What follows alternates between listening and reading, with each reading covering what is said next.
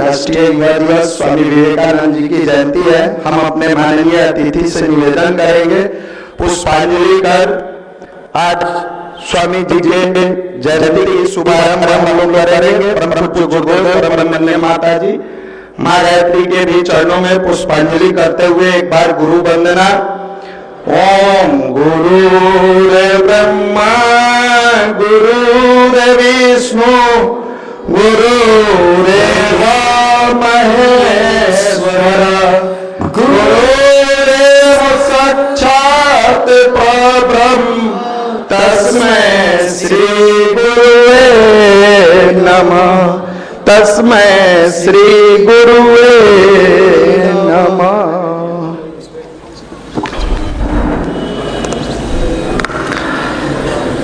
हम प्रांतीय युवा प्रकोष्ठ प्रभारी आदरणीय मनीष भैया और हमारे व्यवस्थापक ज्ञान प्रकाश भैया से निवेदन करेंगे गायत्री मंत्र चादर दुपट्टा से सम्मानित महामहिम जी को करेंगे। फिर अपनी देव स्थापना की तस्वीर, शांति कुंज हरिद्वार की गंगा जल और स्वामी विवेकानंद जी की जयंती पर मोमेंटो चिन्ह प्रदान कर सम्मानित। भुवः स्वः तत्सवितुर्वरेण्यं भर्गो देवस्य धीमहि धियो यो नः प्रचोदयात्।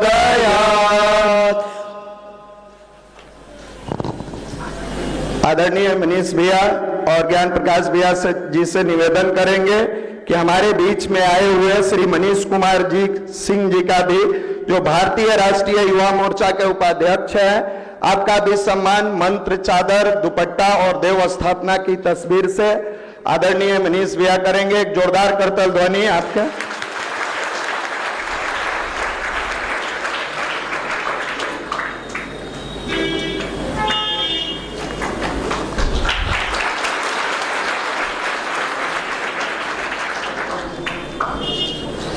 महामहिम जी को बताते चले, एक छोटा सा युवा प्रकोष्ठ का परिचय देते चले।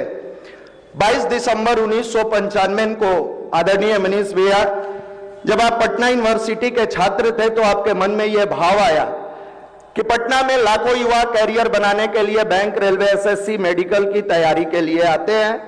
इनका सब्जेक्ट कमजोर होता है तो योग्य शिक्षक मिल जाते हैं, लेकिन जब उस तैयारी के दरमियान कई बार ऐसा होता है कि सफलता नहीं मिलती है तो इनके मन में भाव आता है, डिप्रेशन में चले जाते हैं, निगेटिविटी का शिकार हो जाते हैं। तो मन में भाव आया कि ऐसे युवा जो तनाव में आ जाते हो, कैसे इनका एक संगठन बनाया जाए। समाज में जब अच्छे कार्यों को लेकर व्यक्ति चलता है तो बहुत तरह की मन में भाव आता है, लेकिन कहा जाता है जब गुरु की कृपा होती है, गुरु की शक्ति होती है, ईश्वर का आशीर्वाद होता है तो इंसान बड़े से बड़े कार्य को हंसते मुस्कुराते करते चला जाता है। इसी फ्लोर पर 22 दिसंबर 1995 को 4 भाइयों के साथ शुरुआत किया गया, जिसमें आदरणीय मनीष भैया, ज्ञान प्रकाश भैया और 2 भाई शामिल हुए। लोगों ने कहा कि समाज में युवा सुनता नहीं है। आपके मन में था कि हमने सुनाना है, सही चीजों के लिए सुनाना है। अगर कोई नशा करने वाला व्यक्ति नशेड़ी बना सकता है, बुरे राह पर चलने वाला जुआरी बना सकता है, तो हम अच्छे राह पर चलने वाले इंसान अच्छे राह पर युवाओं को क्यों नहीं चला सकते हैं। और आज 30 वर्षों के सफर तय करने के बाद आज गर्व से महामहिम जी के सामने हम ये कह सकते हैं 4 लाख से अधिक सक्रिय युवा मेंबर इस हमारे गायत्री परिवार युवा प्रकोष्ठ के सदस्य बनके अच्छे नागरिक के साथ पदाधिकारी बने हुए हैं। इतना ही नहीं, इन भाइयों के बीच में जाने के बाद इनके मन में ललक आया कि भैया आप तो हम लोगों के लिए करते हैं, हम भी कुछ समाज के लिए करना चाहते हैं, क्या कर सकते हैं। तो बताया गया कि जो स्लम चिल्ड्रन है, जो झुग्गी झोपड़ी के स्लम चिल्ड्रन है, बच्चे हैं जिनके पिताजी रिक्शा चलाते हैं, जिनकी माँ दूसरे के घर में जाकर मजदूरी करते हैं, उनके बच्चे शिक्षा से वंचित रह जाते हैं। भाव ये जागृत हुआ और 2007 से लेके आज तक बाल संस्कार शाला के माध्यम से पढ़ाने का जगह फुटपाथ है। चाहे रेलवे का पटना जंक्शन का प्लेटफॉर्म नंबर 1 हो, राजेंद्र नगर टर्मिनल हो, कंकड़बाग का फुटपाथ हो, पटना का कोई ऐसा इलाका नहीं है जहां प्रत्येक दिन शाम में 4 से 6 स्ट्रीट पर सड़क के किनारे बैठाकर संस्कारशाला के माध्यम से लगभग 30 से 35 जगहों पर 40,000 स्लम चिल्ड्रन को निःशुल्क पढ़ाने का कार्य चल रहा है। इस युवा प्रकोष्ठ गायत्री परिवार के माध्यम से परम पूज्य गुरुदेव परम वंदनीय माता जी की असीम अनुकंपा है। एक ऐसे गुरु के शिष्य के सानिध्य में एक युवा को सही राह दिखाने का मौका मिला कि आज हम स्वामी विवेकानंद की जयंती मनाने के लिए बैठे हैं, लेकिन हम सबके बीच में एक ऐसे मनीषी आए जिन्होंने अपने परिवार को परिवार नहीं समझा। परम पूज्य गुरुदेव का जो भाव था अखिल विश्व गायत्री परिवार, उसको अपना परिवार मान के कार्य करते चले गए और आज पूरे बिहार के प्रत्येक जिला में एक साथ राष्ट्रीय युवा दिवस इस युवा प्रकोष्ठ के भाइयों द्वारा लाखों युवाओं के बीच में मनाया जा रहा है। इसमें पढ़ने वाले बहुत सारे युवा जो नशा के शिकार हो जाते हैं, लेकिन जब हमारे यहाँ 5 दिन के पर्सनालिटी डेवलपमेंट कोर्स में आते हैं, अपनी जीवन की दशा और दिशा बदलते हुए इन्हीं में से कई भाई आईएएस बने, कई भाई आईपीएस बने, कई भाई आईआरएस बने, कई भाई बैंकिंग में गए, रेलवे में गए, कई भाई अपने जीवन को सही राह पर चलाते चले गए। तो आज इस प्रांगण में हम फिर एक बार जोरदार करतल ध्वनि से महामहिम जी का स्वागत वंदन नमन बंदन करते हैं। अब बहुत समय न लेते हुए एक छोटा सा संगीत भाई पंकज जी के द्वारा युवा वर्ग हम साथ समय के चलकर स्वयं दिखाएंगे, हम संस्कृति के लिए स्वयं विवेकानंद बन जाएंगे। एक छोटा सा संगीत।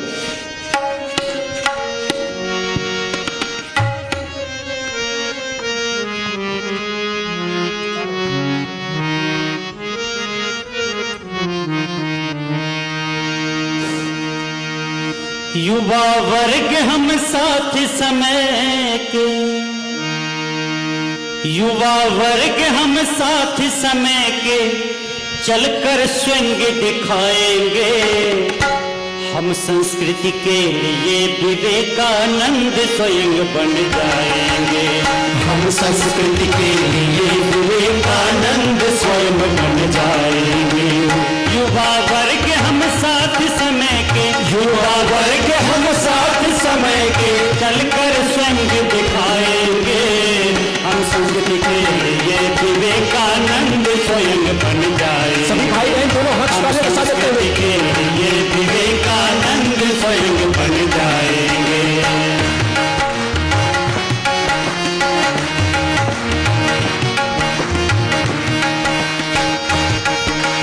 राम कृष्ण थे युवक, उन्होंने शोषण का प्रतिरोध किया। राम कृष्ण थे युवक, उन्होंने शोषण का प्रतिरोध किया। भ्रष्टाचार अत्याचार अधर्म देख कर था संगठित विरोध किया। अत्याचार अधर्म देख कर असंगति का विरोध किया। महावीर गौतम शंकर संस्कृति के युवा सिपाही थे।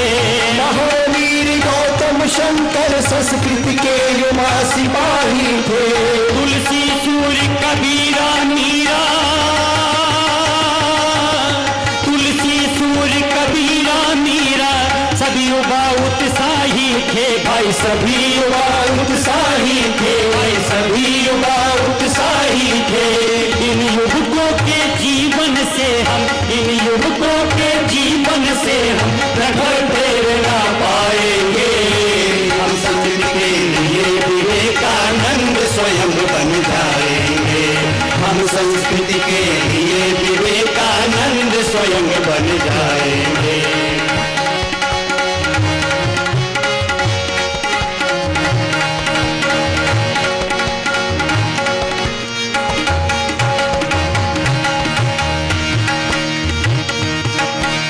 युवा शिवाजी ने प्रताप ने अद्भुत शौर्य दिखाया था।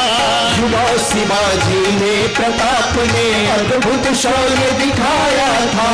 इसी अवस्था में मंगल पांडे ने अपना बिगुल बजाया था। इसी अवस्था में मंगल पांडे ने अपना बिगुल बजाया था। भगत सिंह आजाद बोसिया सभी युवा बलिदानी थे। भगत सिंह आजाद बोसिए सभी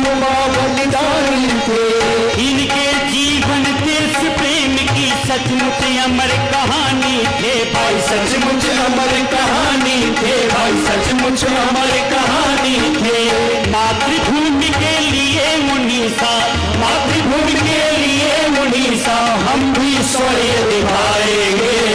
हम संस्कृति के लिए विवेकानंद स्वयं बन जाएंगे, हम संस्कृति के लिए विवेकानंद स्वयं बन जाएंगे। युवा वर्ग हम साथ समय के, युवा वर्ग हम साथ समय के, चलकर स्वयं दिखाएंगे। हम संस्कृति के लिए विवेकानंद स्वयं बन जाएंगे, हम संस्कृति के लिए विवेकानंद स्वयं बन जाएंगे, हम संस्कृति के लिए विवेकानंद स्वयं बन जाएंगे।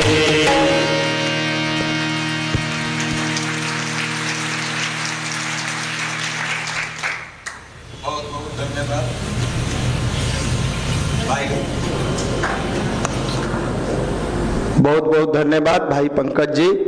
अब बहुत समय न लेते हुए हम अपने बीच परम आदरणीय मनीष भैया, जिन्होंने हम जैसे लाखों युवाओं का जीवन बदला, आपके लिए एक लाइन। हमेशा ये भाव रहता है, मुश्किलों से मोहब्बत है हमें, ऐ वक्त तू क्या टकराएगा, उठेंगे जब हाथ हमारे, हर ख्वाब हकीकत बन जाएगा।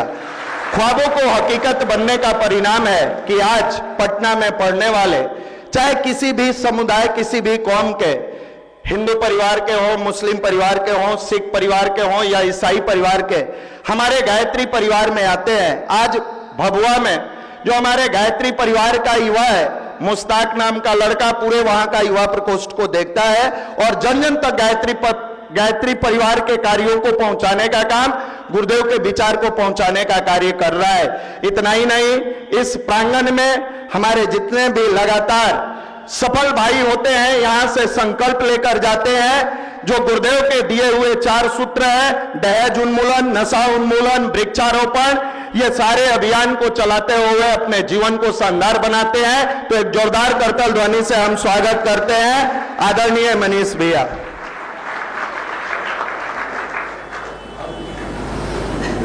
गायत्री मंत्र हमारे साथ साथ। ओम भूर्भुवः स्वः तत्सवितुर्वरेण्यं भर्गो देवस्य धीमहि धियो यो नः प्रचोदयात्। परम पूज्य गुरुदेव प्रमदनीय माता जी के सूक्ष्म उपस्थिति में आज हम सब के राष्ट्र निर्माता, इस देश के उज्जवल भविष्य को स्थापित करने वाले, हम सब के प्रेरणा स्रोत स्वामी विवेकानंद जी का जयंती, राष्ट्रीय युवा जयंती पर हम आप सबका हार्दिक अभिनंदन करते हैं, नमन करते हैं, वंदन करते हैं। हमारे बीच हमारे मुख्य अतिथि के रूप में हमारे बिहार के महामहिम राज्यपाल महोदय जी का भी हम इस प्रांतीय युवा प्रकोष्ठ से हार्दिक अभिनंदन करते हैं, नमन करते हैं, वंदन करते हैं। पहली बार मिलने का मौका मिला राजभवन में। हमें लगा ही नहीं कि हम किसी राज्यपाल से मिल रहे हैं, हमें लगा हमारे घर के एक अभिभावक से मिल रहे हैं, जो बड़े प्यार से, बड़े सम्मान से आपने हमें एक बार में ही हमें कहा कि हम आपके कार्यक्रम में चलेंगे। हमें बड़ा आश्चर्य हुआ और हमने आपके उन चीज़ों को आज भी अभी याद कर रहे थे तो हमें लगा इतने सहज, इतने सरल कोई दैवी शक्ति का ही व्यक्ति हो सकता है, कोई सामान्य व्यक्ति नहीं हो सकता। और आज ये बिहार की विशेषता है कि आप जैसे महामहिम हमारे इस बिहार की धरती पर आए हैं। हम बारंबार आपका अभिनंदन करते हैं, नमन करते हैं, वंदन करते हैं। याद है मुझे जब ये युवा प्रकोष्ठ का निर्माण हुआ था, स्वामी विवेकानंद की बुक किताबों को पढ़ के, परम पूज्य गुरुदेव पंडित श्री राम शर्मा आचार्य जी जो गायत्री परिवार के संस्थापक, उनके किताबों को पढ़ के हम लोगों के मन में एक समय इच्छा हुई कि क्या युवा को अच्छा बनाया जा सकता है, उनके जीवन में परिवर्तन किया जा सकता है। और एक विचार को लेके हम लोग चले। आज कारवा बढ़ता गया और कारवा बढ़ते बढ़ते आज इस स्थिति में आया कि आज जितनी आवश्यकता स्वामी विवेकानंद के विचारों की है, शायद दुनिया में इसके पहले कभी नहीं रही होगी जितनी आवश्यकता आज समाज को पड़ गई है कि हमें उन विचारों से जुड़ना ही पड़ेगा। और अपने जीवन को अगर सफल बनाना है, शांतिपूर्ण बनाना है, तो सिर्फ विज्ञान के बल पर हमारा जीवन सुख और शांतिपूर्ण नहीं हो सकता है। इसी बात को कभी स्वामी विवेकानंद ने कहा था कि पश्चिम का विज्ञान और भारत का अध्यात्म, ये दोनों जिस दिन मिल जाएगा उस दिन दुनिया का कायाकल्प होते हुए चला जाएगा। हमारे अध्यात्म की सबसे बड़ी विशेषता है, जितना हम लोगों ने समझा है, जाना है, कि मनुष्य को मनुष्य बनाने का अगर कोई विज्ञान है तो वो भारत के पास ही है, और वो अध्यात्म है। और एक ऐसा अध्यात्म जिससे जुड़ जाने के बाद मनुष्य के अंदर मनुष्यता का विकास होता है। परम पूज्य गुरुदेव ने कहा, मनुष्य को मनुष्य बनने की आवश्यकता है। अगर हम मनुष्य नहीं बन पाए, हम कितने भी बड़े पद पर क्यों ना चले जाएं, कितनी ऊंची जगह पर हम क्यों ना बैठ जाएं, हमसे समाज का वो कल्याण नहीं हो पाएगा जो वास्तविक अर्थों में समाज का कल्याण होना चाहिए। हम उन सपनों का भारत बनाना चाहते हैं। आज भारत की संस्कृति पूरे विश्व में, पूरी दुनिया में दिखाई पड़ रही है। स्वामी विवेकानंद जी जिस जमाने में विदेश में गए थे, उस जमाने में उन्होंने कहा, यह देश गिर अवश्य गया है, लेकिन जब उठेगा तो दुनिया देख के दंग रह जाएगी। आज भारत अपने उस मुकाम को प्राप्त करते हुए जा रहा है, पूरे विश्व में अपना पताका फहरा रहा है, पूरी दुनिया भारत के तरफ नजर बनाए हुए है। स्वामी जी का ये सपना साकार होते हुए नजर आ रहा है कि भारत विश्व का महाशक्ति बनने के रास्ते पे आगे बढ़ गया है। आज ये हम सब के लिए गौरव और गरिमा की बात है, हम सब लोगों के लिए सम्मान की बात है कि हमने देखा है कि हमारे बीच बहुत सारे गांव से, देहात से, पटना चूंकि राजधानी है, पढ़ने के लिए लड़के लड़कियां आते हैं, भटक जाते हैं, इनका बिखराव हो जाता है, गलत संगति में पहुंच जाते हैं, नेट और इंटरनेट की दुनिया में पहुंच के ये अपने जीवन को गलत रास्ते पे ले जाते हैं। लेकिन हमने देखा है कि ये जब ये गायत्री परिवार से जुड़ते हैं, हमारे युवा प्रकोष्ठ से जुड़ते हैं, तो इनके जीवन में परिवर्तन होते हमने देखा है। कितने लड़के हमारे बीच ऐसे आए जो बाद में मिलके कहते हैं, भैया हम नशा करते थे, हम जीवन अपना बर्बाद कर रहे थे, लेकिन गायत्री परिवार से जुड़ के हमने अपना जीवन सुंदर बनाया। स्वामी विवेकानंद के सपनों को साकार करने का काम आज गायत्री परिवार कर रहा है, और पूरे तन्मयता के साथ कर रहा है, भाव से कर रहा है। गायत्री मंत्र का प्रभाव, गायत्री मंत्र का अर्थ भी यही है कि हम समाज के लिए प्रकाश उत्पन्न करें, लोगों के जीवन में सुख और शांति दे सकें। ये हमारा सबसे बड़ा चीज है। आज हमें समझने की आवश्यकता है कि हम भारत को कैसे विश्व गुरु बना सकते हैं, कैसे पूरी दुनिया के समक्ष हम भारत को उपस्थित कर सकते हैं। तो वो शक्ति अगर है तो अध्यात्म की शक्ति है। हमारे युवाओं को समझना पड़ेगा कि भारत का जो अध्यात्म है वो कोई बूढ़े बुजुर्ग लोगों के लिए ही नहीं है, वो युवाओं के लिए। हमें आश्चर्य होता है जब हम पढ़ते हैं, टेलीविजन पर न्यूज़ सुनते हैं, स्टीव जॉब से लेके जुकरबर्ग तक भारत के अध्यात्म से जुड़ के वो बता रहे हैं कि उनके जीवन में परिवर्तन आ गया, उनके जीवन में क्रांति आ गई। तब आश्चर्य होता है कि पश्चिम के इतने बड़े बड़े लोग हमारे चीज़ों को जान के प्रभावित होकर अपने जीवन में परिवर्तन ला रहे हैं। हमारे बीच आज युवाओं को संस्कार से जोड़ना ही पड़ेगा। अगर हमारा युवा संस्कार से नहीं जुड़ा, सिर्फ वो पढ़ाई नौकरी जो दिख रहा है, जो स्थितियां सामने दिख रही है, आने वाला समय विभीषिका लिए हुए दिख रहा है कि अगर अच्छे संस्कार से हम अपने यंग जनरेशन को, युवा पीढ़ी को नहीं जोड़ सके तो वो दिन दूर नहीं है कि सारे चीज उपलब्ध होने के बाद भी जो सुख शांति समाज को चाहिए वो प्राप्त नहीं होगा। इसी विज्ञान को हमारे परम पूज्य गुरुदेव पंडित श्री राम शर्मा आचार्य जी ने कहा कि बेटा, विचार अच्छे घर घर पहुंचने चाहिए, सबके जीवन में जाने चाहिए। और आज हम सब इस अभियान में लगे हुए हैं।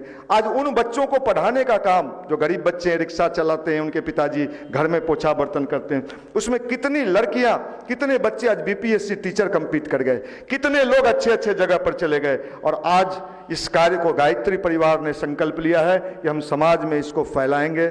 महामहिम, आप हमारे बीच आए हैं, आपके बारे में पहले से, आप यहाँ नहीं आए थे बिहार में, उसके पहले से आपके बारे में हम लोग इतनी चर्चा सुने हैं, आपकी विद्वता की चर्चा सुने हैं, आपकी ज्ञान की चर्चा सुने हैं। और हम लोग बड़े मन से आपके पास गए थे, ईश्वर को प्रार्थना करते हुए कि हे भगवान, महामहिम हम लोगों का न्योता स्वीकार कर लें। और आपने इतने सहज भाव में हम लोगों का न्योता स्वीकार किया, इसके लिए हम फिर से प्रांतीय युवा प्रकोष्ठ की ओर से आपका अभिनंदन करते हैं, नमन करते हैं, वंदन करते हैं। बहुत बहुत शुभकामना। धन्यवाद। बहुत बहुत धन्यवाद। एक जोरदार करतल ध्वनि आदरणीय मनीष भैया के लिए। अब जिस क्षण का इंतजार था, हम सारे भाई उत्सुक थे। हमारे इसके ऊपर वाले फ्लोर पर भी महामहिम जी से बताएंगे, जो बाएं टीवी लगी हुई है, पूरा भाई लोग इससे 2 गुना इसके ऊपरी तल पर है और उतने ही भाई तीसरे तल पर, तीनों फ्लोर पर लगभग 1,500 से 2,000 युवा भाई बहन बैठे हुए हैं। तो वो क्षण आ गया जहां ज्ञान की धारा बहाने के लिए हम सबके बीच में अपने भाव और शब्द से संबोधित करते हुए हम नौजवानों को एक राह दिखाने का कार्य करने के लिए परम पूज्य गुरुदेव परम वंदनीय माता जी के विचारों से कनेक्ट होकर आपने अपने जीवन में विद्यार्थी जीवन से ध्यान को एक स्वरूप दिया। और आपकी विद्वता की चर्चा अगर यहां से हम करें तो सूर्य को दिया दिखाने के समान है। ज्ञान की दुनिया में आप उतने ही महारत हासिल किए हैं जितने की विज्ञान की दुनिया में। 26 साल का एक युवा अपने परिवार से निकल के और चुनाव लड़ने के लिए आते हैं और विजयी होते हैं। 26 साल के उम्र में युवा को यह समझ में नहीं आता जहां जाना कहां है। उसके बाद आपने कैबिनेट मिनिस्टर का पद संभालते हुए उस जगह पर अपने जीवन को साधना बनाकर लोगों के बीच में पहुंचाया। इससे पहले आप केरल के गवर्नर रह चुके। हम सब बिहार वासियों का यह सौभाग्य है, जिस बिहार के बारे में हमारे परम पूज्य गुरुदेव कहा करते थे, बेटा बिहार सोया हुआ शेर है, जिस दिन जगह पूरे देश की दशा और दिशा बदल कर रख देगा। इस भूमि पर हम सभी भाई बहनों के तरफ से माननीय राज्यपाल महोदय जी को आमंत्रित करते हैं। आप अपना प्यार भरा उद्बोधन इस राष्ट्रीय युवा दिवस पर हम युवाओं को देने का कार्य करें। एक जोरदार करतल ध्वनि से नमन वंदन करते हुए महामहिम जी को हम सादर आमंत्रित करते हैं। महामहिम राज्यपाल बिहार। शुभराम, आप निशांत रहिए। निशांत जी।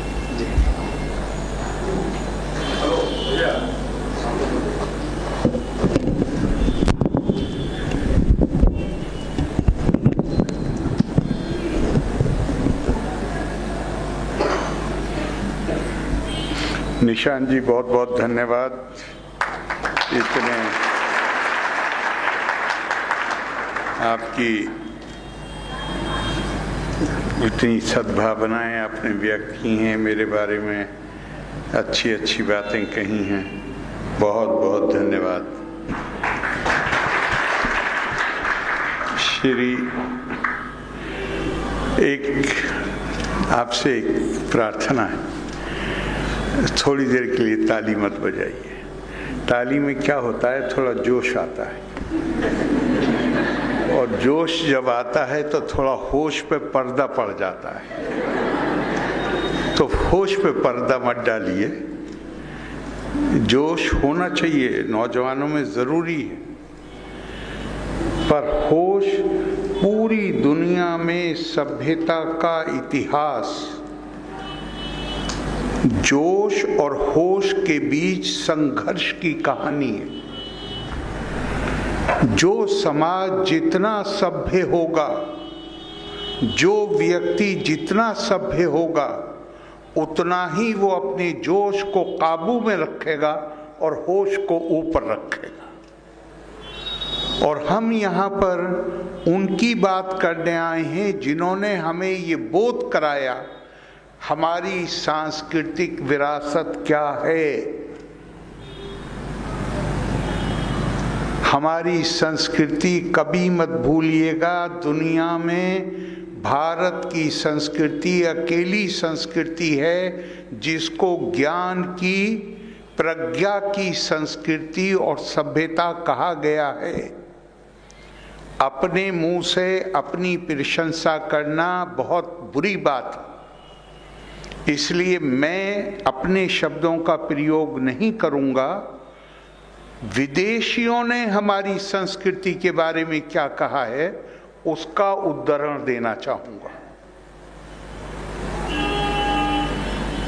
9वीं और 10वीं शताब्दी में जब यूरोप में पुनर्जागरण की प्रक्रिया पूरी तरह अभी शुरू हो गई थी, लेकिन अपनी प्राथमिक स्टेज पर थी, उस वक्त मध्य एशिया जो अरब देश हैं, वहाँ पे बौद्धिक गतिविधियाँ अपनी, वो उनका स्वर्णिम काल कहलाता है। वो जंगों का ज़माना नहीं है, लड़ाइयों का ज़माना नहीं है, बौद्धिक गतिविधियों का ज़माना है। और उसमें अरब के इतिहासकारों ने, चाहे तबरी हो, चाहे इब्ने असीर हो, इब्ने कसीर हो, इब्ने रुश तक, इन्होंने 10, 11, 12 खंडों में दुनिया का इतिहास लिखा। और उसमें पहला जो अध्याय है, जो एक तरह से प्रस्तावना होती है, उसमें हर किसी ने ये बात कही है कि दुनिया में 5 बड़ी सभ्यताएं हैं। ईरान अपने वैभव के, ईरानी सभ्यता अपने वैभव के लिए जानी जाती, तुर्क अपनी बहादुरी के लिए जाने जाते हैं, चीन अपने कौशल के लिए और शासकों के प्रति वफादारी के लिए जाना जाता है, रोम अपनी सुंदरता और महिलाओं के प्रति उदारता के लिए जाना जाता है। भारत दुनिया की अकेली संस्कृति है जो ज्ञान और प्रज्ञा के संवर्धन के लिए जानी जाती है। तो भारत की सभ्यता ज्ञान की सभ्यता, और ये दुनिया की अकेली सभ्यता है।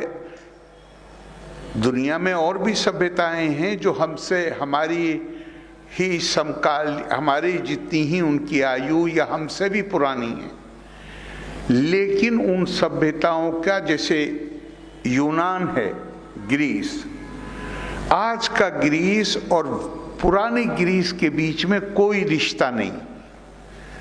आज के मिस्र और पुराने मिस्र में, इजिप्ट में, उनके संस्कृति में कोई आपस में रिश्ता नहीं। भारत दुनिया की अकेली संस्कृति है जिसकी निरंतरता, अविरलता बनी हुई है। जो आदर्श और मूल्य आज से 5000 साल पहले भारतवासियों को उनके अंदर एक उत्साह और जोश पैदा करते थे या कुछ ऊर्जा पैदा करते थे, आज भी वही आदर्श और मूल्य हमारे लिए महत्वपूर्ण हैं। इस दृष्टिकोण से भारत की सभ्यता की निरंतरता बनी हुई है और इस मामले में हमारा ये अनूठापन है। बहुत पुरानी संस्कृतियां, लेकिन पुरानी संस्कृतियों से आज जो वो देश हैं उनका नाता टूट चुका है। भारत में वो नाता नहीं टूटा। ये मैं खास तौर से क्यों कह रहा हूँ, क्योंकि एक स्वामी विवेकानंद के एक सहपाठी थे, नाम था उनका, बल्कि आखिर में वो मैसूर यूनिवर्सिटी के कुलपति थे, प्रोफेसर डॉक्टर BN बिरजेंद्र नाथ सील। उनकी बड़ी प्रसिद्ध किताब है, उसमें उन्होंने एक वाक्य रचा है। मैं जो उन्होंने लिखा है मैं वही पहले बताता हूँ, उसके बाद उसका अनुवाद करूँगा। India ever ageing never old, Bharat नित नूतन चित पुरातन। भारत की संस्कृति पुरातन संस्कृति, लेकिन उसके अंदर एक क्षमता है, जैसे हमारे विशेषज्ञ गंगा के बारे में बताते हैं कि हर 15-20 किलोमीटर चलने पर गंगा अपना, उसका अपनी प्रक्रिया है अपने आप को शुद्ध करने की, पानी शुद्ध हो जाता है। ठीक इसी तरह भारत की संस्कृति अपने आप को नूतनता अपने अंदर ले आती है। और यो शब्द उन्होंने प्रयोग किया है कि पुरातन शब्द। अब ये शब्द श्रीमद् भगवत गीता में आत्मा के लिए इस्तेमाल किया गया है। न जायते म्रियते व कदाचिन नायम भूत्वा भविता वा न भूया अजो नित्या शाश्वतोयम पुराणो न हन्यते हन्यमानी शरीरे। पुराणो, अब इसकी व्याख्या करते हुए आदि शंकर ने कहा है कि पुराण पूरा अपि यद एवति पुराण, एंशेंट बहुत ही पुरातन, लेकिन हर समय उसके अंदर एक नई नूतनता। तो भारत की संस्कृति भी आत्मा की तरह उसमें एक नई नूतनता आती। नूतनता कैसे आएगी?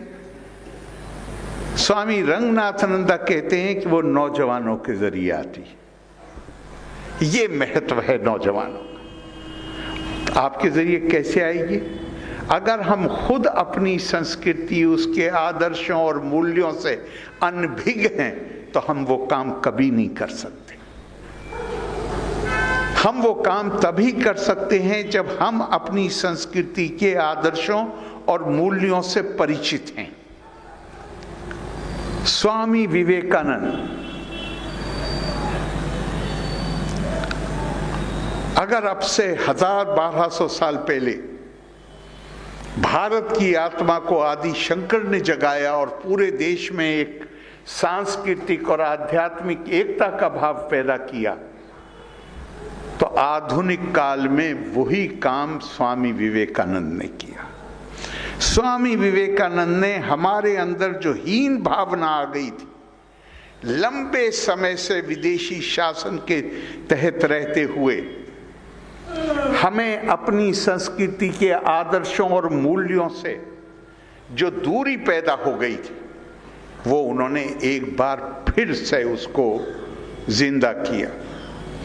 और इसमें जो और नज़दीक में आपके यहाँ आप के प्रेरणा स्रोत हैं पंडित श्री राम शर्मा आचार्य जी, तो ये गायत्री परिवार की भूमिका मामूली भूमिका नहीं। मैं आप सबसे बहुत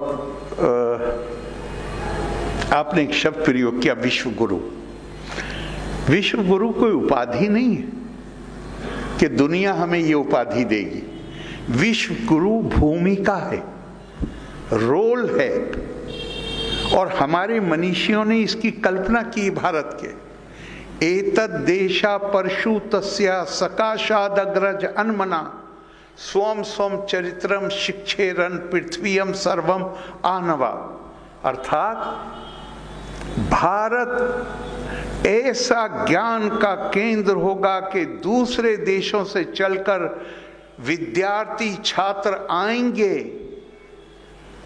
भारत का अध्ययन करने के लिए नहीं, अपनी संस्कृतियों स्वम स्वम चरित्रम शिक्षेरण, अपनी संस्कृति अपनी सभ्यता का अध्ययन करने के लिए भारत आएंगे। अब इसका क्या मतलब हुआ? हमारे पास ऐसे गुरु होंगे, ऐसे शिक्षक होंगे, उनकी दक्षता और उनकी योग्यता ये होगी कि वो केवल भारतीय संस्कृति नहीं, दुनिया की संस्कृति पढ़ाने की उनके अंदर दक्षता होगी। ये हमारे मनीषियों ने इसकी कल्पना आज नहीं की है, हजारों साल पहले की। तो ये हमारी महत्वाकांक्षा होनी ही चाहिए, लेकिन उस महत्वाकांक्षा के लिए आप सब नौजवान हैं यहाँ पे, ज़्यादातर मैं आपसे कहता हूँ, उसके लिए जी तोड़ मेहनत करनी पड़ती है। उसके लिए अपनी रातों को रोशन प्रकाशित करना पड़ता है, उसके लिए खास अपने ऊपर अनुशासन लागू करना होता है। भारतीय संस्कृति में आपको आह्वान किया गया है, तपा स्वाध्याय निरितम, ever devoted to the pursuit of knowledge. जिस दिन से इंसान ने होश संभाला पैदा होने के बाद, मरने के दिन तक कोई दिन ऐसा नहीं होना चाहिए कि जिसमें आप कुछ न कुछ ज्ञान प्राप्त न करें। उपनिषद के एक डायलॉग में पूछा गया, प्रश्न किया गया कि तप किसे कहते हैं, तो उसका उत्तर दिया गया कि तप है स्व अध्याय प्लस फिर वचन, ज्ञान प्राप्त करना और ज्ञान प्राप्ति जो अर्जित ज्ञान है उसको दूसरों के साथ साझा करना। भारत का पतन, ये मैं नहीं कह रहा हूं, स्वामी विवेकानंद ने कहा और उनसे भी ज्यादा स्वामी रंगनाथनंद ने कहा है कि हमारे पतन का असल कारण ये था कि एक ऐसा युग आया जहां हमने ज्ञान अर्जन करना बंद नहीं किया, लेकिन ज्ञान का साझा करना बंद कर दिया। ज्ञान का साझा बंद किया, हमारा समाज कमजोर हो गया। हमारा समाज उसकी जो शक्ति थी अपनी सुरक्षा करने की, अपनी रक्षा करने की, वो कम हो गई। और उन्होंने एक बहुत ही बड़ी खूबसूरत, बहुत ही सुंदर पंक्ति श्रीमद् भागवत से, गीता नहीं, भागवत गीता नहीं, श्रीमद् भागवत से उन्होंने उदाहरण दिया। उन्होंने कहा, सरस्वती ज्ञान खल्व यथा सती। भारत की संस्कृति ज्ञान की संस्कृति है। हम मां सरस्वती की उपासना करते। तो उन्होंने कहा कि हम मां सरस्वती की उपासना करते रहे, लेकिन उपासना करने का जो दूसरा हिस्सा था, हमने केवल ज्ञान को साझा करना ही बंद नहीं किया, हमने अपने ही लोगों पर ज्ञान के दरवाजे बंद किए। और इस लाइन में कहा गया है श्रीमद् भागवत की कि वो ज्ञानी महिला या पुरुष जो अपने ज्ञान को दूसरों के साथ साझा नहीं करते, वो मां सरस्वती के उपासक नहीं, खलनायक हैं। तो उन्होंने कहा कि जब हम खलनायक बन गए, ये स्वामी रंगनाथनंद जो आर के मिशन के, यानी जो संस्था स्वामी विवेकानंद ने स्थापित की थी, उसके अध्यक्ष रहे बहुत सालों तक। उनकी बहुत मशहूर किताब है, मुझे पता नहीं कि उसमें हिंदी में अनुवाद हुआ है या नहीं हुआ है, eternal values for a changing society. एक विकासशील समाज के सनातन मूल्य, 4 वॉल्यूम 4 खंडों में है। अगर हो सके तो कोशिश कीजिएगा कि उसको पढ़िए। क्या आप और एक और बात मुझे कहनी चाहिए आपसे, किससे कि आप नौजवान हैं, ज्ञान का अर्थ क्या है? हमारी परंपरा में कहा गया है, तद्वितीय जन्मा। एक हम माँ बाप से पैदा होते हैं और एक हम जिस विद्यालय में शिक्षा प्राप्त करते हैं, अगर हम वही बने रहे जो हम पैदा हुए थे, जो हम शिक्षा प्राप्त करने से पहले थे, तो ज्ञान हमने नहीं प्राप्त किया।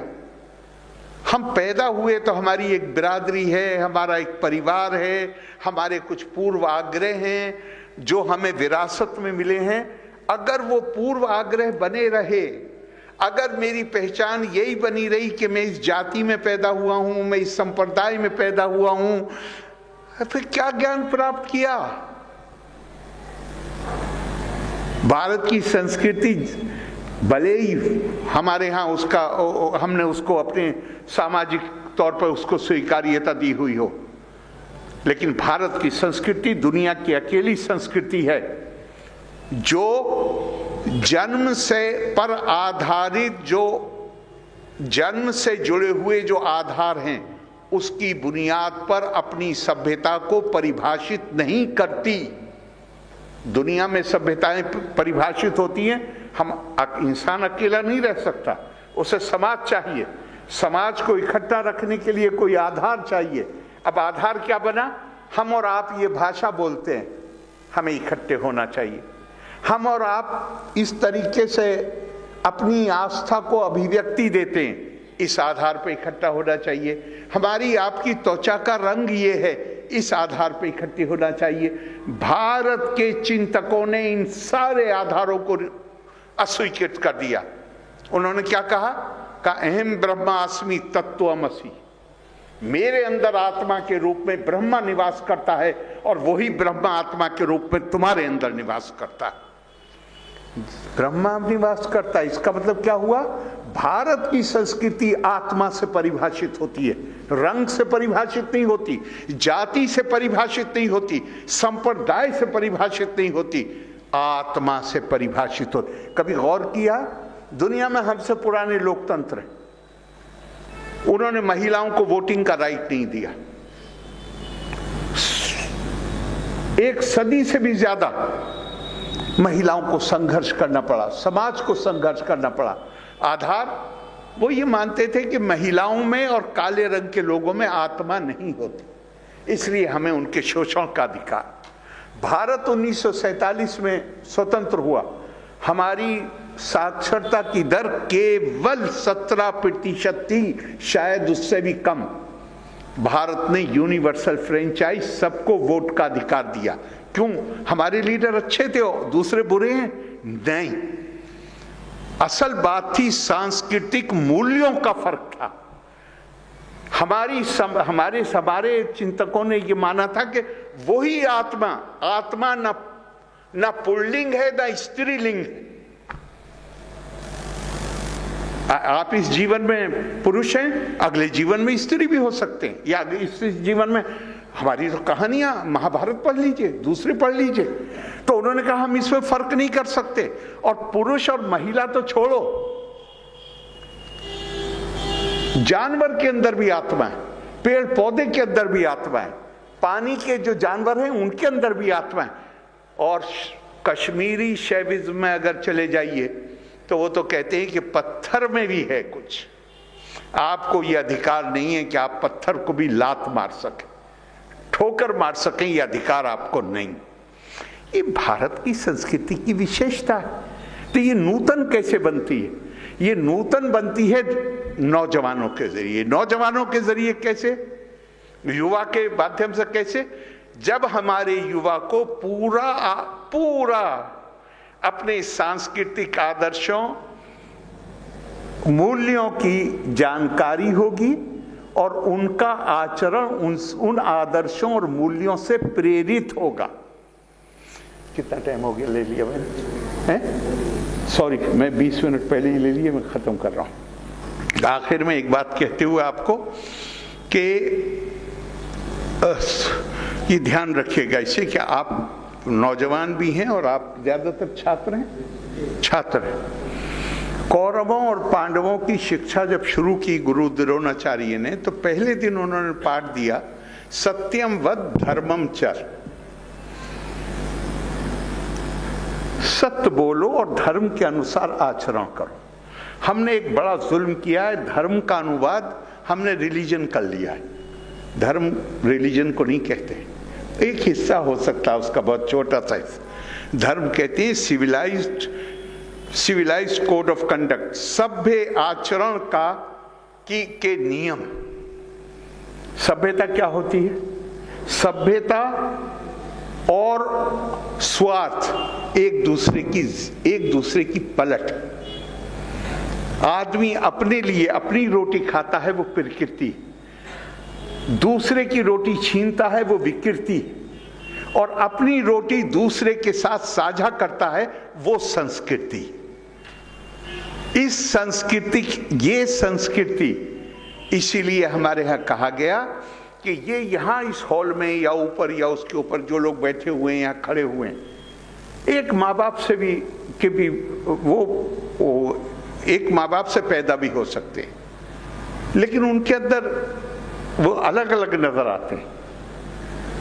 तो अलग अलग नजर आते हैं तो एक बहुधा, नानत्व, अनेकता। मैं पहले इसे कोट कर दूं स्वामी विवेकानंद को। उनसे पूछा जीवन का उद्देश्य क्या है? कहा जीवन का उद्देश्य सुख की प्राप्ति नहीं, ज्ञान की प्राप्ति है। और कहा कि अगर जीवन का उद्देश्य ज्ञान की प्राप्ति है तो फिर ज्ञान का उद्देश्य क्या है? तो स्वामी विवेकानंद ने ऐसा सुंदर उत्तर दिया है। कहा ज्ञान का उद्देश्य है अपने अंदर ये क्षमता पैदा करना जहां सामने से नजर आने वाली विविधता के पीछे छुपी हुई एकता का दर्शन हो सके। हम सब बुनियादी तौर पे एक, यदा भूता पृथक भावा मेकस्थमनुपश्यति ततेवाचा विस्तारम ब्रह्मा संपद्यते तथा।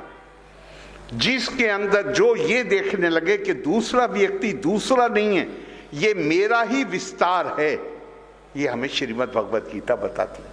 तो मैं आपको बता रहा था कि जब कौरव, और उसी के साथ खत्म करूंगा, कि जब कौरवों और पांडवों की शिक्षा शुरू हुई तो गुरु ने कहा सत्यम वद धर्मम च। शाम को पूछा कि सुबह पाठ पढ़ाया तो सुनाओ, सबने सुना दिया 104 ने। जिसे धर्मराज कहते हैं, उन्होंने कहा मुझे याद नहीं हुआ। डांट खाई, रोजाना डांट खाई, और जीवन के अंत में कहा गुरु ने जो पाठ पहले दिन दिया था उसको याद करने में जीवन लग गया, क्योंकि उसको दोहराना याद करना नहीं है, उसके अनुसार आचरण करना याद करना है।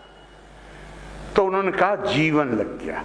तो हम किताबों से किताब का ज्ञान प्राप्त कर सकते हैं, लेकिन हमारे व्यवहार में, हमारे आचरण में वो ज्ञान, वो आदर्श, वो मूल्य प्रतिबिंबित होना चाहिए। तभी हम अपनी संस्कृति, अपने मूल्य, अपने आदर्श, अपनी भारत की संस्कृति का सबसे बड़ा योगदान है कि भारत की संस्कृति ने मानवता को दिव्य बना दिया और दिव्यता में मानवता पैदा कर दी। हम इसको समझ सकें और इसके अनुसार आचरण कर सकें और हर किसी दूसरे में दिव्यता देख सकें। देहो देवालया प्रोक्तो जीवो देवा सदा शिवा। ये जो शरीर है आपका, मुझे ये नजर आना चाहिए कि ये शिवा का निवास स्थान है, भगवान शिव का देवालय है ये। तो फिर क्या ये संभव है कि अगर आप दूसरे को देवालय की तरह देखने लगें तो क्या ये संभव हो पाएगा कि आप किसी के पैर पे पैर रख सकें? कभी संभव ही नहीं हो सकता। तो इससे ज़्यादा बेहतर तरीका दुनिया में शांति स्थापित करने का और कोई नहीं हो सकता। मैं आज के मौके पे आप सबको अपनी शुभकामनाएं देता हूं और ये आशा करता हूं कि हम अपनी इस सांस्कृतिक विरासत को समझने की और इसके अनुसार आचरण करने का प्रयास करेंगे। लोका समस्ता सुखिनो भवन्तु। धन्यवाद। जय हिंद।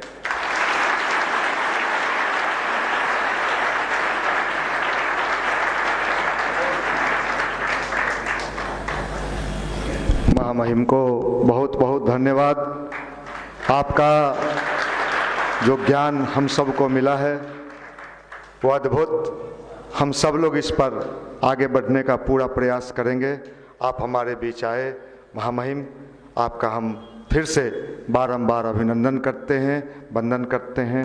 अब महामहिम का जाने का समय भी है, टाइम से हम बंधे हैं। तो राष्ट्रगान। एक सेकंड।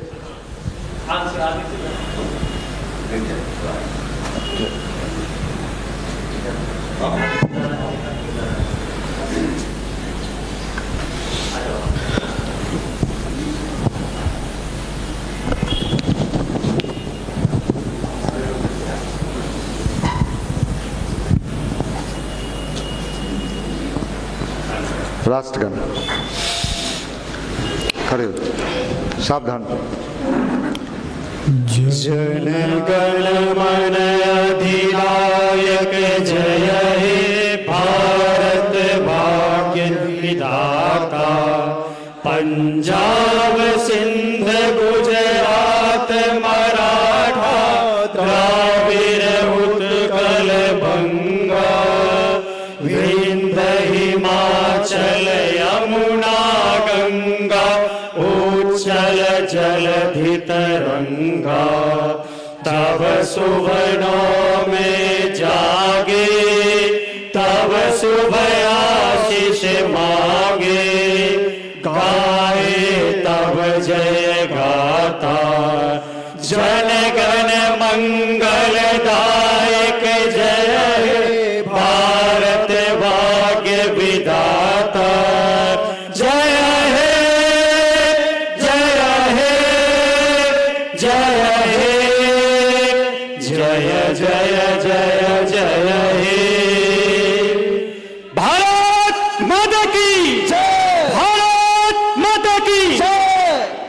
अपने अपने स्थान पर बैठ जाएं। महामहिम का विदाई।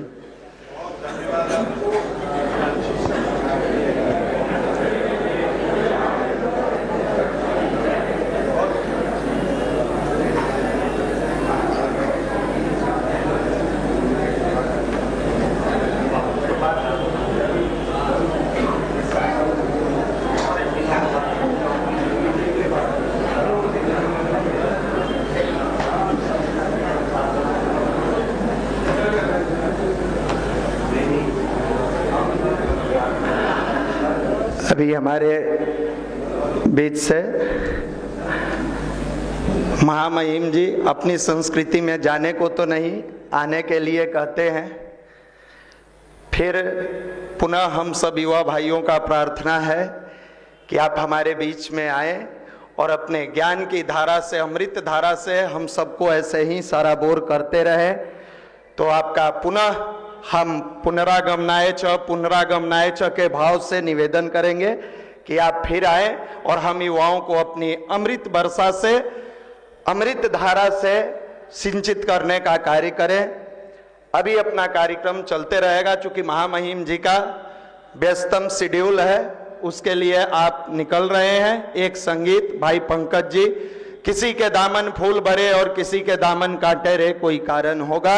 फिर संगीत के बाद सूचना दी जाएगी। शांति पाठ के बाद ही हमारे भाई बहन जाएंगे। एक प्यारा सा संगीत, किसी के दामन फूल भरे और किसी के दामन काटे रे कोई कारण होगा।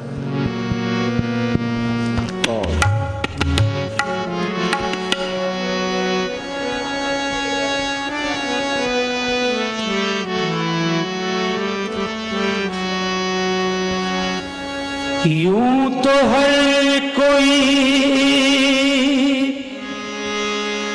तमन्नाओं की तस्वीर सजाता है, पाता वही है जो किस्मत साथ लाता है, पाता वही है जो किस्मत साथ लाता है। किसी के दामन फूल भरे, किसी के दामन फूल भरे और किसी के दामन काटे रे कोई कारण होगा, कोई कारण होगा, कोई कारण होगा, कोई कारण होगा। किसी के दामन फूल भर और किसी के दामन काटे रे कोई कारण होगा, कोई कारण होगा, कोई कारण होगा, कोई कारण होगा। तेरे बस की बात नहीं, तेरे बस की बात नहीं, वो तो बांटने वाला बांटे रे कोई कारण होगा, कोई कारण होगा, कोई कारण होगा, कोई कारण होगा।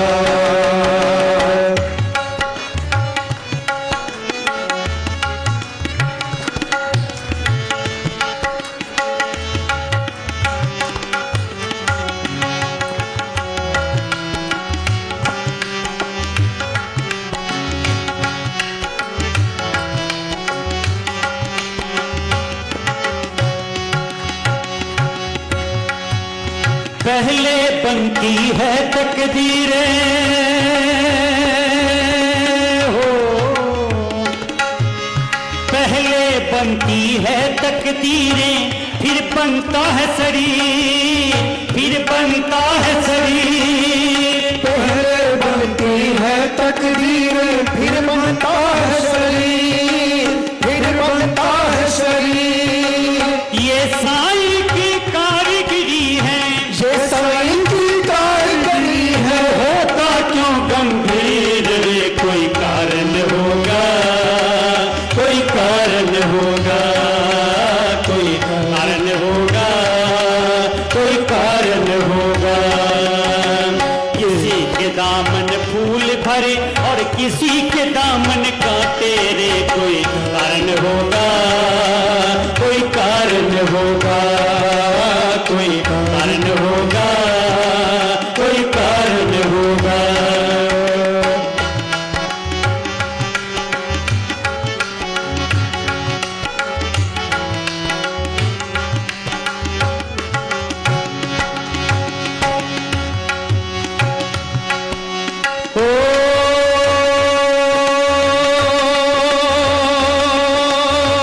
कर्म प्रधान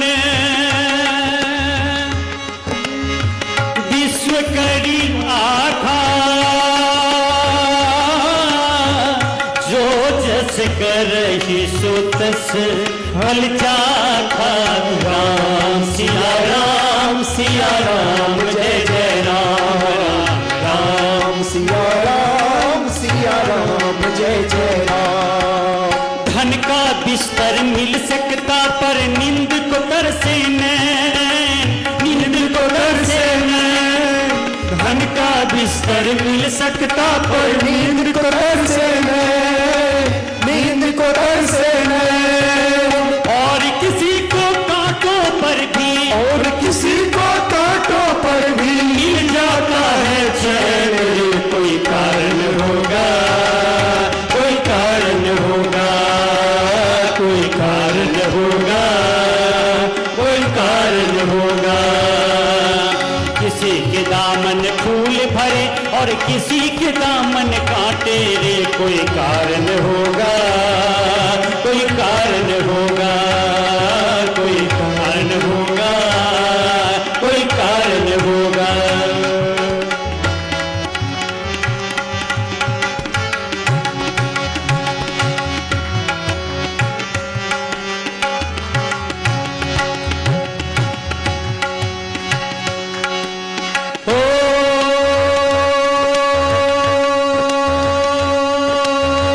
निर्मल मन जन सो मोहि पावा,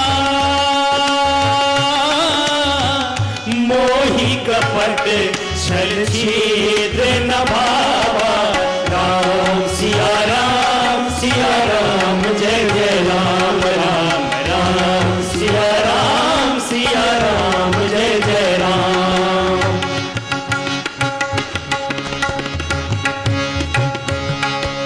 मंदिर मस्जिद गिरजा जाऊं मिले कहीं ना ज्ञान, मिले कहीं ना ज्ञान। मंदिर मस्जिद गिरजा जाऊं मिले कहीं ना ज्ञान, मिले कहीं ना ज्ञान। और किसी को पत्थर में भी, और किसी को पत्थर में भी, और किसी को पत्थर में भी, और किसी को पत्थर में भी मिल जाता भगवान रे कोई कारण होगा, कोई कारण होगा, कोई कारण होगा, कोई कारण होगा।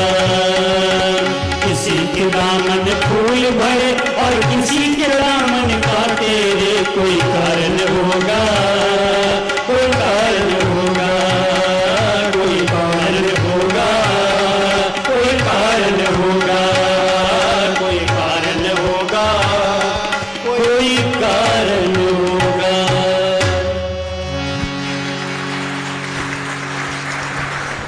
देखिए पंकज जी अभी गा रहे थे कोई कारण होगा, ये भी हम लोगों के बीच बार बार आते हैं कोई कारण होगा।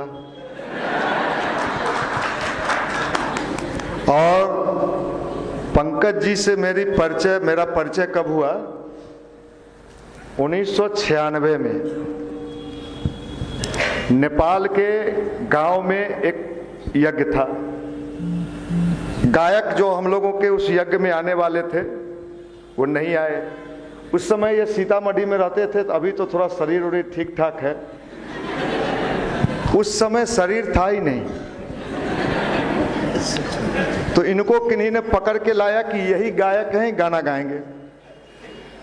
हम तो थे ही दुबले पतले, तो हम वक्ता नहीं थे, वक्ता उस समय दूसरे लोग जाते थे। तो हमने देखा ऊपर से नीचे, हम कहे ये तो आदमी अपने हिल रहा है ये। लेकिन जब इन्होंने गाना शुरू किया तो उस समय से अभी तक देखिए लगातार गुरुदेव कहीं न कहीं आपसे हम लोगों का संबंध बनाए हुए हैं, कोई कारण होगा। संबंध यूं ही नहीं बनता। अभी आपने महामहिम राज्यपाल को सुना, कितनी गंभीर चीज उन्होंने कही कि आत्मा की बात करी। अगर आप इसको YouTube पर फिर जाके रिपीट करके सुनिएगा तो समझ में आएगा कि वो क्या बोल के चले गए, कल्पना से परे। और गवर्नर, कल से आज तक हमारी दुर्दशा ये थी कि 1 सेकेंड भी वो थाना वाला उनका अभी 4 साढ़े 4 तक उनका जितना प्रोटोकॉल अधिकारी था, कुछ भी कहे ऐसा करेंगे नहीं, कोई भी चीज सुनने को तैयार नहीं था। हमने उनको रिक्वेस्ट किया, साहब नहीं, ये भी नहीं होगा। लेकिन देखिए महामहिम आए और हम लोगों ने थोड़ा सा रिक्वेस्ट किया तो उन्होंने अपनी सब बात, अब वो कहे कि आप गवर्नर हाउस आइए। अब हम लोग लगातार उनके यहाँ जाते रहेंगे। ये भगवान की कृपा नहीं तो क्या है।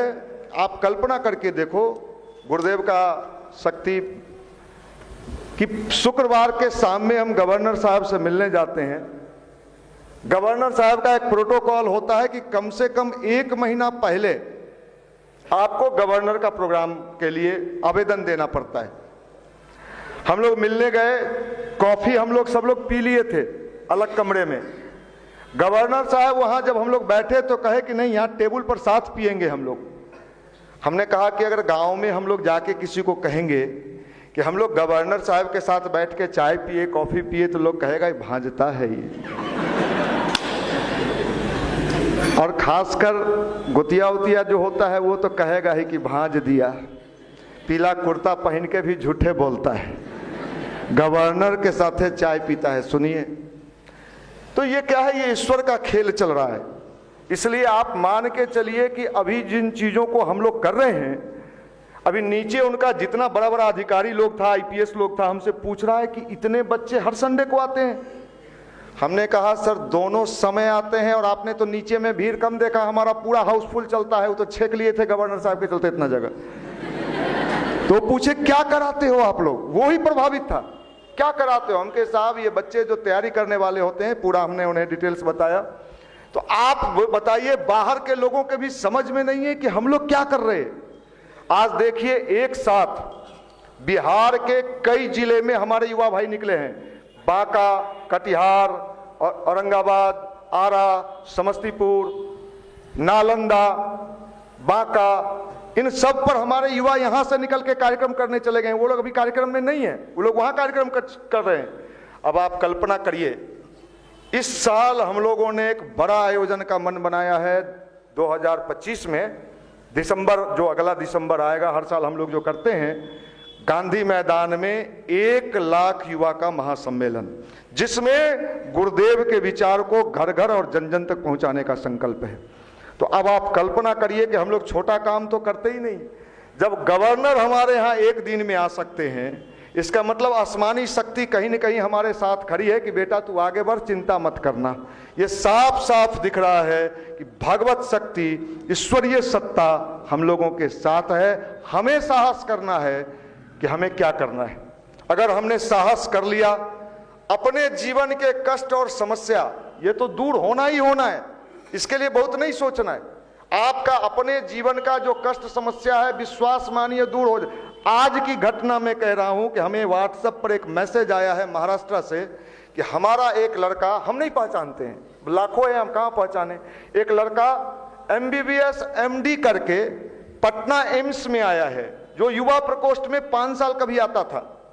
हमें पता भी नहीं है कि कब आता था, कौन है वो। एक तीसरे आदमी से हमें फोन कराया कि मुझे मनीष भैया से किसी तरह मिलना है। मैंने कहा कहाँ है, तो पटना एम्स में MBBS MD डॉक्टर है। अब आप बताइए कि आने वाले समय में कहाँ कहाँ हम होंगे, हम लोग पता नहीं। गुरुदेव की लीला चल रही कई जगह। मैं एक बार अपने ब्लॉक में गया तो मैंने सोचा मुझे कौन पहचानेगा, हम तो गायत्री पर। ब्लॉक का जो जितना किरानी उड़ानी था, कहा कि आप मनीष भैया हैं। तो मैं भी थोड़ा सीरियस हूँ कि साहब मैं थोड़ा सीरियस हो गया। देखिए ईश्वर का खेल में बता रहा हूँ, मैं सीरियस हो गया, लगता है पहचान रहा है। अरे भैया हम लोग तो उसी युवा मंडल से निकल, मतलब हर ब्लॉक में कर्मचारी हमारा रहेगा, हर थाना में थानेदार हमारा रहेगा, हर प्रखंड में BDO और CO हमारा रहेगा, हर स्कूल में शिक्षक शिक्षिका हमारी रहेगी, डीएम हमारा, एसपी हमारा, तो फिर राज किसका? राज किसका? आप अभी नहीं सोच रहे हो, आप अभी ऐसे ही सोच रहे हो कि अच्छा अच्छा अब गाना हुआ, अब कॉफी उफी देगा। नहीं देंगे, वो तो देंगे ही। बहुत लोग बेचारा टकटकी लगाए हैं, अभी दिखाई नहीं पड़ रहा है, लड़का है, स्वभाव है। और सुबह की गोष्ठी में हमने एक बात कहा था कि साहब अगर आपको, निशांत रंजन कहा कि अपने लड़के लोग बड़े कंसंट्रेट होके यहाँ बैठते हैं बड़े भाव से, हम कहे कभी जांच करना है तो एक उपाय बताते हैं, पता चलेगा। ट्रे में नाश्ता लेके किसी को वहाँ खड़ा कर दो, अब हम यहाँ बोलते रहेंगे और जितना लोग है पता, देखो साहब हंसना भी चाहिए लाइफ में।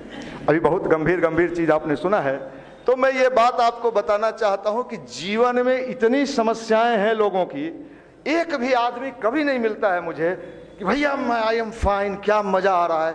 भैया टेंशन में है, अरे टेंशन में है, टेंशन में तो तुम वही हो है। और कई बार तो सुबह की गोष्ठी में हमने कहा, देवी जी आप लोग सुन लीजिए, आप लोग भी महान हैं, आत्मा हैं, गवर्नर साहब कह के गए, हाँ आत्मा हो सकता है, आपका मन करेगा तो कभी उधरो जन्म ले लीजिएगा, ये भी बोल गए। इसलिए सब बात गवर्नर साहब बोल के चले गए कि आप लोग भी उधर, वो लोग ज्यादा उछल कूद अभी करेगा तो पता चलेगा बाद में इधर आ गया। तो इन लोग का क्या हालत होगा, अभी ऐंठ के चल रहा है कि हम जींस पहन के घूमते हैं। तो देखो साहब ईश्वर का खेल बड़े निराले हैं, और इन दिनों खासकर 2 साल 2025 और 26 बड़ा ही महत्वपूर्ण समय है, बड़ा परिवर्तनकारी समय है। मनुष्य के जीवन में इतने संकट दिखेंगे इन दिनों कि मनुष्य तिलमिला जाएगा, क्योंकि ऊपर वाले की योजना परिवर्तन की है, और तिलमिलाएगा ऐसा कि उसे कोई उपाय नजर नहीं आएगा। पूजा पाठ भी करेगा, टोना टोटका भी करेगा, शिव जी को शहद भी चटाएगा और बेलपत्तर भी सटाएगा, फिर भी उसका कल्याण नहीं होगा। अंत में उसे प्रकाश का ही सहारा लेना होगा, लाइट का सहारा लेना होगा, और वही प्रकाश है गायत्री मंत्र। वही प्रकाश है, गायत्री मंत्र कुछ नहीं है, निश्चिंत कर देता है। और निश्चिंत करने का मतलब भैया निश्चिंत करने का मतलब नौकरी मिले तो ठीक, न मिले तो भी ठीक। नहीं, अपने कर्म को करते हुए उसके बारे में जो निगेटिविटी है उससे दूर हो जाना, और वो पावर को भी अपने कर्म में लगा देना। तो सुबह की गोष्ठी में भी मैं कह रहा था कि देखो साहब बहुत सारे लोग ऐसे हैं, आज मैं देखता हूं फेसबुक पर, अगर आप कोई निगेटिव स्टेटस लगा लो व्हाट्सएप पर, वाह क्या बात है भैया दुनिया जालिम है। अरे जालिम तो तुम हो, दुनिया जालिम है, कुछ नहीं है कहीं। और पॉजिटिव लगाओ, एक शब्द कोई कमेंट नहीं करेगा, निगेटिव आप डालो, कुछ भी डालो, दुनिया लुटेरा है। शाम होते होते कितने लाइक्स मिल जाएंगे, क्योंकि तुम भी लुटेरा साहब, बड़े विचित्र। इसलिए हमें पॉजिटिव की ओर बढ़ना है, प्रकाश की ओर बढ़ना। अंधकार कितना भी हो, सूरज कभी ना कभी नहीं हारा, कितना भी अंधेरा है, हम लोग हारने वाले नहीं हैं। अगर हारते हम लोग, इस हमारे देखिए अरविंद जी बैठे हैं जो जोनल प्रभारी हैं, हम लोग जब गवर्नर हाउस में गए तो इस विश्वास के साथ गए कि गवर्नर साहब को आना ही पड़ेगा। ये थोड़ा भी नहीं था कि एक दिन में कैसे होगा क्या होगा, डाउट था ही नहीं, आना है उनको। और जैसे ही लेटर दिए उन्होंने कहा मैं चलूंगा, जबकि अभी ज्वाइन किए हैं 2 तारीख को। आप नहीं समझते हो कि भगवान की शक्ति इन दिनों अच्छे लोगों के लिए, पूजा करने वालों की पता मुझे नहीं है, अच्छे लोगों के लिए, अच्छे कार्य करने के लिए सुरक्षित रखा है। और ये समय जो चल रहा है ये बड़ा दुर्लभ समय है।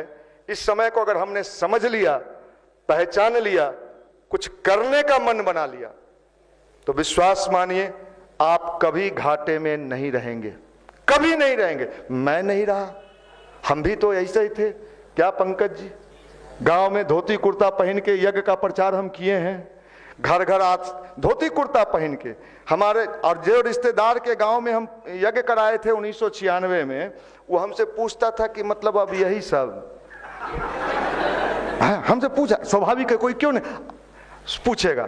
अब बताइए आज वो रिश्तेदार कहाँ है और हम कहाँ हैं? हम पी रहे हैं मुख्यमंत्री के साथ चाय, हमारे प्रभारी जी पी रहे हैं मुख्यमंत्री जी के साथ, हमारा साथे साथ चुस्की ले लेके पी रहे थे। आप पहला बार चाय आया तो कहे नहीं तनी कॉफी हो जाता, तो वो आया कॉफी भी आया। तो साहब कहाँ हम लोग भगवान के खेल में कहाँ से कहाँ पहुंच रहे हैं साहब, आप समझ नहीं रहे हो। ये ईश्वरीय लीला बड़े तेजी से चल रहे, बड़े शानदार तरीके से चल रहे, योजनाबद्ध तरीके से चल रहे हैं। इसलिए हम तो कहते हैं कि आप विश्वास मान के कुछ काम करो, भगवान का कुछ काम करो। अपने लिए तो सब लोग सोचते हैं, कुछ भगवान के लिए भी सोचो। ये दुर्लभ समय आया है, इधर उधर में बुद्धि मत लगाओ, इधर उधर में बुद्धि मत लगाओ। उसने क्या सोचा, जिसको जो सोचना है सोचते रहे, जिसको जो बात करना है करते रहे। और आपको हम विश्वास दिलाते हैं कि हमारा गुरु कभी ठगने वाला नहीं है।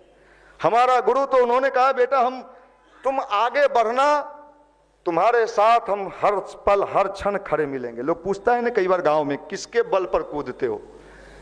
कभी कभी झगड़ा होता है ना, रे किसके बल पर कूदते हो? तो हम लोग रियली में किसके बल पर कूदते हैं?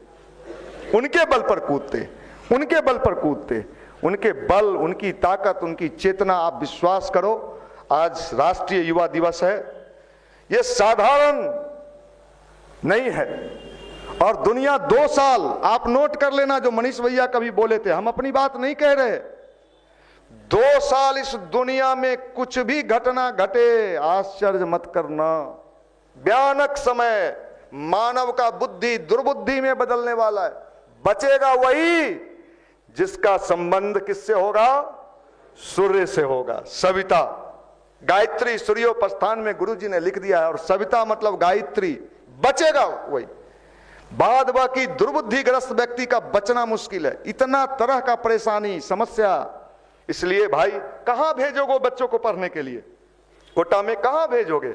इतना जहर फैला हुआ है, इतना, मैं तो पूरे देश में घूम रहा हूं, इतने जहर हैं कि आपके बच्चे उस जहर से अपने को बचा नहीं पाएंगे। वो जारी है पूरा आपस में, इतना ज्यादा कैसे बचाओगे आप? कौन से मेथड से बचाओगे? हमें संस्कारवान बनना ही पड़ेगा। हम ये नहीं कहते हैं कि हम लोग गायत्री परिवार से जुड़ गए तो 100 में 100 हम लोग साधु हो गए हो तुम लोग? नहीं, लेकिन भाई पास मार्क्स तो सब है। इतना तो हुआ ना कि गायत्री परिवार में जुड़ा, कनखिया के देखता है, डायरेक्ट नहीं देखता है। अरे ये परिवर्तन हुआ ना है। वैसे सीधे पहले ऐसे खड़ा रहता था, आइए, अब कहता है मनीष भैया मना किए, गायत्री मन जब ना ना ना ना। अरे ये चेंजिंग हुआ कि नहीं हुआ? तो ये चेंजिंग जब हुआ तो ये साधारण परिवर्तन है क्या? साधारण परिवर्तन है, असाधारण परिवर्तन है। और ये परिवर्तन, जैसे मान लीजिए इतना प्रचार करने वाला गुटखा का प्रचार कर बेच देता है, बीड़ी का प्रचार, हनुमान छाप बीड़ी। अब बताइए, हनुमान जी कभी बीड़ी पिए नहीं? हम तो एक दिन देखे प्रचार कर रहा था रोड पर, हनुमान छाप बीड़ी, हनुमान छाप बीड़ी। हम कहे साहब ये हनुमान जी कब से बीड़ी पीने लगे रे भाई? अगर सही में कोई पंडित जी, पंकज जी, बढ़िया गाना उना गवा के और कह दें कि हनुमान जी को शनिचर को बीड़ी चढ़ा के देखो, हम कहते हैं वहां ट्रक लगाना पड़ेगा, ट्रक के ट्रक वहां बीड़ी मिलेगा। ये दुनिया समझ में नहीं आता। इसलिए भाई गायत्री परिवार को रोशनी का काम करना है, प्रकाश का काम करना है, लाइट का काम करना है, और भटके हुए लोगों को दिशा देना है। भटके हुए लोगों को दिशा देना, आज उसका परिणाम दिख रहा है, आज उसका परिणाम दिख रहा है। आप साधारण मत मानो, उसका परिणाम आज दिख रहा है कि गवर्नर आते हैं, वो तो जितना टाइट हमको किए हुए था, हम तो नर्वस थे कि क्या, हाँ ये नहीं, ऐसे नहीं, वैसे नहीं। वो 3 बजे से आज हमको परेशान किए हुए था, बहुत टाइट कर दिया था, ऐसे नहीं करना है, ऐसे नहीं, उधर और कर दीजिए। हम कहे तो पूरा खाली करा दीजिए भाई, तो बैठेगा कौन, कौन कहाँ बैठेगा इतना। लेकिन देखिए उसमें कुछ अधिकारी नए थे, अब वो समझ गए, आ गए। अब गवर्नर साहब जब बुला रहे हैं तो ये अधिकारी मेरा क्या बिगाड़ेगा भाई, है?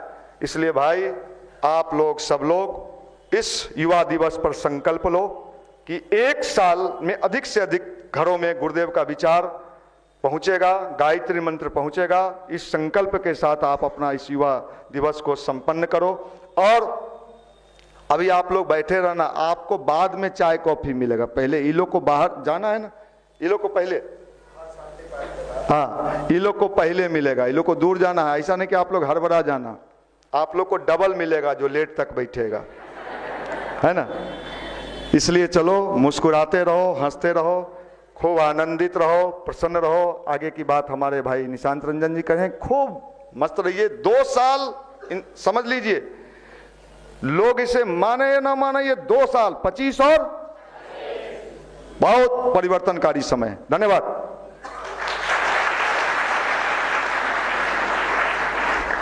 ऐसे कितने भाई बहन हैं जो पहले दिन आए हैं? हाथ ऊपर करेंगे पहले दिन वाले। सेकंड फ्लोर वाले उठाइए तो हाथ। दिख रहा है बहुत सारे नए भाई हैं। जो भी नए भाई हैं, शांति पाठ के बाद 10 मिनट विशेष बातचीत होगी। ऐसा नहीं सोचिएगा कि हमको कॉफी नहीं मिलेगा, सबको मिलेगा, सबकी व्यवस्था बनाई गई है। ध्यान ध्यान ध्यान, अभी तक आपने ध्यान सुना है, ध्यान करना कैसे है इसके बारे में 10 मिनट विशेष बातचीत होगी। जो हमारे बिल्कुल पहले दिन युवा भाई आए हैं, वो सेकंड फ्लोर वाले भाई भी, पहले जो बिल्कुल नए हैं, बहन लोग जिधर बैठी है, बहन लोग का तो नहीं हो पाएगा क्योंकि आप अगले रविवार को आइएगा सुबह वाली सभा में। जो बिल्कुल पहले दिन बहन लोग आई है